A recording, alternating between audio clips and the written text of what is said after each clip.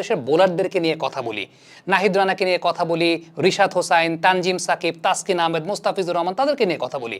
কারণ ব্যাটিং পুরোপুরি একটা ইন্ডিভিজুয়াল স্কিলের ব্যাপার, ওইটা ব্যাটারের একান্ত স্কিল ডেভেলপমেন্টের ব্যাপার। এখানে ব্যাটার যদি নিজের স্কিল ডেভেলপ না করেন তাহলে গেম প্ল্যান করে আসলে খুব বেশি লাভ নাই। বোলারদের জন্য খারাপ লাগে যে ব্যাটারদের এত স্বল্প রানের পুঁজির জন্য বোলারদের আলটিমেটলি খুব বেশি কিছু করার থাকে না। এখন প্রশ্নের জায়গা হচ্ছে বাংলাদেশের ব্যাটিং স্ট্যান্ডার্ড ওয়ানডে ক্রিকেটে দিনকে দিন ফল হচ্ছে কেন, দিনকে দিন নেমে যাচ্ছে কেন? বাংলাদেশ তো 2012-13 সাল থেকে 2022-23 সাল পর্যন্ত ভালোই ব্যাটিং করতো। ইভেন 2023-এর সাউথ আফ্রিকা সিরিজ পর্যন্ত বাংলাদেশ ভালোই ব্যাটিং করতো। 19 বিশ্বকাপে হয়তো আমরা খুব বেশি ভালো করতে পারি না, কিন্তু সাউথ আফ্রিকার সঙ্গে ডমিনেটিং ব্যাটিং করেছিলাম। ইংল্যান্ডের সঙ্গে সাকিব আল হাসানের সেই ইনিংস, অস্ট্রেলিয়ার সঙ্গে বাংলাদেশ ওভার 300 রানস করেছিল, ওয়েস্ট ইন্ডিজের সঙ্গেও ওভার 300+ রানস করেছিল। সেই বাংলাদেশের ব্যাটিংয়ের এরকম ডাউনফল কেন? কারণগুলো বলছি। নাম্বার 1 কারণটা হচ্ছে সেই সময় বাংলাদেশের সিনিয়র ক্রিকেটারদের পিক টাইম ছিল, তাদের পিক টাইম ছিল, তারা তাদের পিক টাইম ক্রিকেটে ছিলেন, বেটার ডেলিভার করেছেন। এখন যাদের পিক টাইম হওয়ার কথা তাদের আপগ্রেডেশনটা হয় নাই। এটা যেমন একদিকে তাদের নিজেদের ইন্ডিভিজুয়াল স্কিল ডেভেলপ না করার ব্যর্থতা, দ্বিতীয়ত ওই প্লেয়ারদেরকে আসলে খুব বেশি গ্রুমও করানো হয় নাই। কেন গ্রুম করানো হয় নাই বলি, ওই সময়টাতে যখন আমাদের সিনিয়র ক্রিকেটাররা পিকে ছিলেন তখন তারা জিম্বাবুয়ের সঙ্গেও সিরিজে খেলতেন। ইন্ডিয়ার ব্যাপারটা একটু খেয়াল করে দেখেন যে জিম্বাবুয়ে বা আয়ারল্যান্ড ওই টাইপের দলের সঙ্গে তারা কিন্তু আলটিমেটলি ইয়াং ক্রিকেটারদেরকে তৈরি করে, প্রস্তুত করে।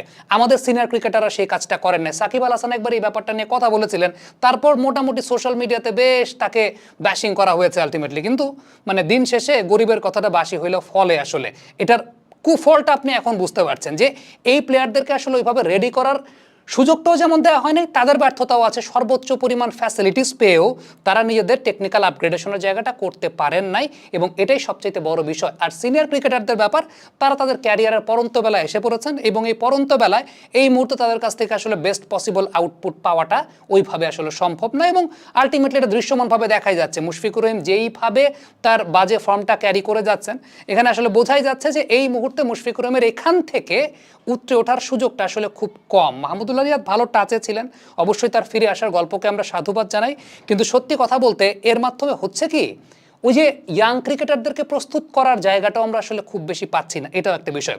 এবার খুব গুরুত্বপূর্ণ একটা পয়েন্টে কথা বলি, সেটা হচ্ছে আমাদের Dhaka premier division cricket league.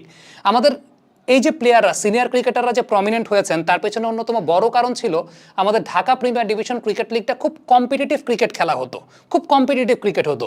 সেই ঢাকা প্রিমিয়ার লিগের কম্পিটিটিভ ক্রিকেটের মানটা কমে গেছে। কেন কমে গেছে একটু ব্যাখ্যা দিই।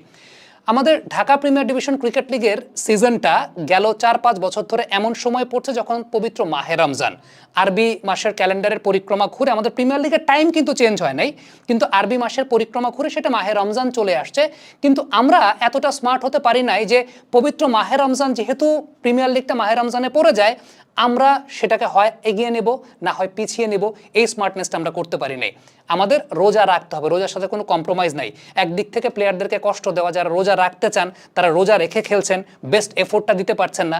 আরেক দিক থেকে যে সমস্ত প্লেয়াররা হয়তো বা ম্যাচ ডেতে রোজা রাখছেন না কিন্তু অফ ডেতে রোজা রাখছেন, এরপর আবার ম্যাচ খেলতে যাচ্ছেন, তারাও তাদের বেস্ট পসিবল আউটপুটটা দিতে পারেন না। বোলারদের ক্ষেত্রে একটা কথা বলি, প্রায়ই দেখবেন বিভিন্ন সংবাদ মাধ্যমে আসে, মৃত্যুঞ্জয় 2 পা রান আপনি স্পিন বল করেছেন, ইবাদত স্পিন বল করেছেন, মাশরাফি দাঁড়িয়ে দাঁড়িয়ে বল করেন। এগুলো কেন হয়? কারণ ফিল্ডিং সাইড, আমাদের লাস্ট 4-5 বছরে ফিল্ডিং সাইড কোনো এফোর্টেই বোলিং করতে পারে না। সো আলটিমেটলি ব্যাটারদের জন্য আরামে ব্যাটিং করার জায়গা তৈরি হয়ে যায় এবং খুব বেশি চ্যালেঞ্জ ওই জায়গাটায় থাকে না। এটা খুব গুরুত্বপূর্ণ একটা ব্যাপার, যেটা আমাদের বাংলাদেশ ক্রিকেট বোর্ড আমি জানি না কখনোই সিরিয়াসলি নেয় নাই। প্রিমিয়ার লিগের সময়টা এই রোজার সময়ের থেকে চেঞ্জ করার ব্যাপারে তারা কোনো পদক্ষেপে নেন। তারা চিন্তা করেছে ওকে সিনিয়র ক্রিকেটাররা তো আছেন, রেজাল্ট তো আমরা পাচ্ছি, but they did not think about the future. তারা ফিউচার নিয়ে চিন্তা করেন নাই যে এতে যে বিষয়টা হচ্ছে আমার ইয়াং প্লেয়ারদের টেকনিক্যাল আপগ্রেডেশনটা হচ্ছে না। অ্যাজ আ ব্যাটার তারা চ্যালেঞ্জ নিয়ে ব্যাটিং করতে পারছে না। দ্বিতীয়ত যে ব্যাপারটা আমি একটু আগে একটা ভিডিওতে বলেছিলাম যে বাংলাদেশের ব্যাটসম্যানরা স্পিন খেলতে পারে না, একেবারেই স্পিন খেলতে পারে না। এটার সবচেয়ে বড় প্রমাণটা এসেছিল কবে জানেন? 2022-23 মৌসুমে, এই দুইটা মৌসুমে, 23 মৌসুমেও সর্বোচ্চ উইকেট টেকার ছিলেন পারভেজ রাসুল, ইন্ডিয়ার কাশ্মীরের পারভেজ রাসুল, যিনি ঠিকঠাক মতো রঞ্জি দলেও সুযোগ পান না। 22 মৌসুমে পারভেজ রাসুল ছিলেন দ্বিতীয় সর্বোচ্চ উইকেট টেকার। পার্থক্যর জায়গাটা হচ্ছে পারভেজ রাসুল ওভার স্পিন বল করতে পারেন, ওভার স্পিন বল করতে পারেন, যে ওভার স্পিনের কারণে আলটিমেটলি ওই একটা একটু কোয়ালিটি সম্পন্ন স্পিনার, ওই স্পিনারকে বাংলাদেশের ব্যাটসম্যানরা খেলতে পারে। কি বাংলাদেশের থিঙ্ক ট্যাঙ্করা কখনো সিরিয়াসলি নিয়েছে যে আমরা তো ভাই স্পিন খেলতে পারি না, আসলে তো স্পিন খেলতে পারে না। আপনি যদি দেখেন পরিসংখ্যান দেখেন তাহলে গেল 1 বছরে ইন্টারন্যাশনাল ক্রিকেট যতগুলো টিম খেলেছে টেস্ট প্লেইং নেশন, সবচাইতে বাজে অবস্থা স্পিনার এগেনস্টে বাংলাদেশের ব্যাটারদের। এটার পেছনে অন্যতম বড় কারণ লাস্ট 3-4-5 বছর ধরে প্রিমিয়ার ডিভিশন ক্রিকেট লিগে কোয়ালিটি স্পিনার নাই, একেবারেই কোয়ালিটি স্পিনার নেই। পারভেজ রাসুল একমাত্র কোয়ালিটি স্পিনার, কেন ওভার স্পিনটা করতে পারেন? আর যদি দুই মাত্র বলেন সেটা শেখ মেহেদী হাসান, কারণ শেখ মেহেদী ছাড়া বাংলাদেশের আর কোনো স্পিনার ওভার স্পিন বল করতে পারে না। এখন এই যে ওভার স্পিন করতে পারে না, আমরা মাঝখানে রাঙ্গানা হেরাত 2022-23 সালে একটা স্পিন ক্যাম্প করেছিলেন টপ সার্কিটের প্লেয়ারদেরকে নিয়ে 4 দিনের, মুশতাক আহমেদও করান 4 দিনের 5 দিনের। আমরা স্পিনারদেরকে নিয়ে সিরিয়াসলি আলাদা করে মান্থ লং 3 মাস ব্যাপী 6 মাস ব্যাপী আমরা এই পরিকল্পনাগুলো আসলে কখনো করি না। সো দিনকে দিন ব্যাটসম্যানদের মান নষ্ট হওয়ার সঙ্গে সঙ্গে অনেক কিছু কিন্তু জড়িত। প্রিমিয়ার লিগটা সবচাইতে বড় এক্সাম্পলের জায়গা, যে জায়গাটায় আসলে ফিল্ডিং সাইড খুব বেশি এফোর্ট দিতে পারে না, ব্যাটারদের জন্য ইজি গোয়িং ইকুয়েশন তৈরি হয়ে যায়।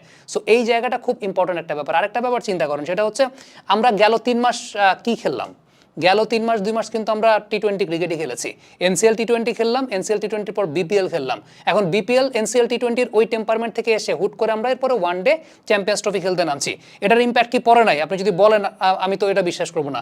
অন্তত ব্যাটসম্যানস পয়েন্ট অফ ভিউ থেকে, ব্যাটসম্যানস প্র্যাকটিসের জায়গা থেকে অবশ্যই পড়েছে, কারণ ওয়ান ডে ক্রিকেটে ডিপ ব্যাটিং করতে হয়। বাংলাদেশের ব্যাটসম্যানরা যেভাবে উইকেট দিয়ে এসেছেন, মানে ওয়ানডে ক্রিকেটে আপনি কখন বুঝবেন? ঠিক আছে, আপনি যদি 50 ওভার ব্যাটিং করে আপনি রান করতে পারছেন না, that's a different case, but আপনি তো অল আউট হচ্ছেন ভাই, আপনি তো হচ্ছেন অল আউট। মানে আপনার তো 30 রানে 5 উইকেট পড়ে যাচ্ছে, আপনি all of a sudden mid ওভার্সে সাস্টেন করতে পারছেন। এটার মানে কি? এটার মানে হচ্ছে আপনার ওই অভ্যস্ততাটা আসলে ক্রিয়েট হয় নাই।